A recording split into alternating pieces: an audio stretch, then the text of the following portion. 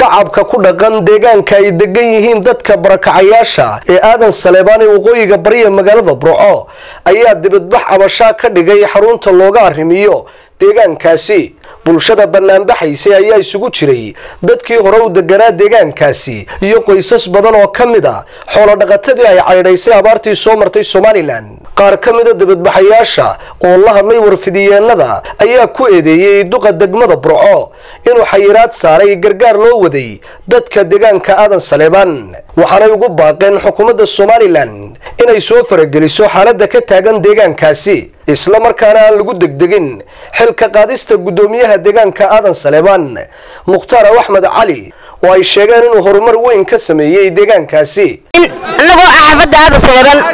maayirka Burco in laga qabto ayaan doonaynaa. cuna qabatayn buu nasaaray, cuna qabatayn toos buu nasaaray. hay'adihii noo imanay wuu noo diiday. waxaan ku noolahay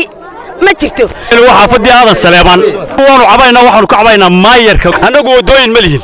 فرقلي فربضنا والله كوهاي وزارة arrimaha gudaha maayarka waxaan ugu waday in badan buu nagu waday inay noo soo taagto maxkamad sharciya oo sharciga loo horkeeno dawladda kama horiban laakiin maamulka iyaga anagu xaafadeeda aanu leenahay in la nagu farageliyo la nagu harbusho raali kama nihin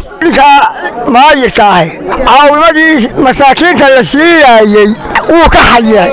saddex maalmood halka yimaadeen dabada way daleeri ina muraadba wala bixin maayo masaakiinta ay caawimaanta looga qala xayilaada yaanu doonaynaa aan ku noolahay xaafadda aadan saleebaan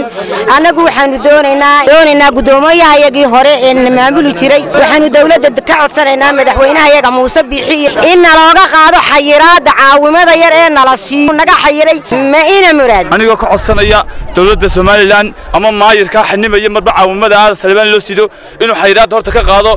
haday bustayaal tahay haday raashin tahayba waxaanu leenahay haddaan nahay xaafadda aadan saleebaan anigu odayaashii wiiga ahaa soo caydhoobaanaha shalay hay'adii noo timid aan afkaysiin saaraba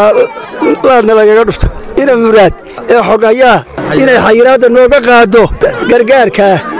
marka hore waxaan u baaqaynaa dawladda tiito xaafadda aadan saleebaan saddex goor bay dawladda hoosana dhex gashay maxamed muraad baa ka dambeeya muraadna waxa weeye waa xaafadii koowaad ee uu ka helay codka uu meesha ku fadhiyo waxaanu leenahay uma qalanto xaafaddu waxa aad ku sameynayso. dhanka kale mas'uulka ay eedeeyeen bulshada banaanbaxaysay waa duqa degmada Burco maxamed muraad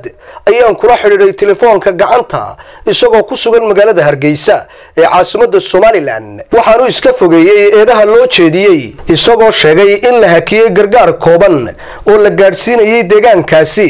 sababaha loo hakiyayna ay tahay inuu isagu goobjoog ka ahaado qaybinta gargaarkaasi si uu gaaro qoysaskii loogu tala galay maadaama uu gargaarku yahay mid kooban. Calidaahir Maxamed Boos TV Universal Burco.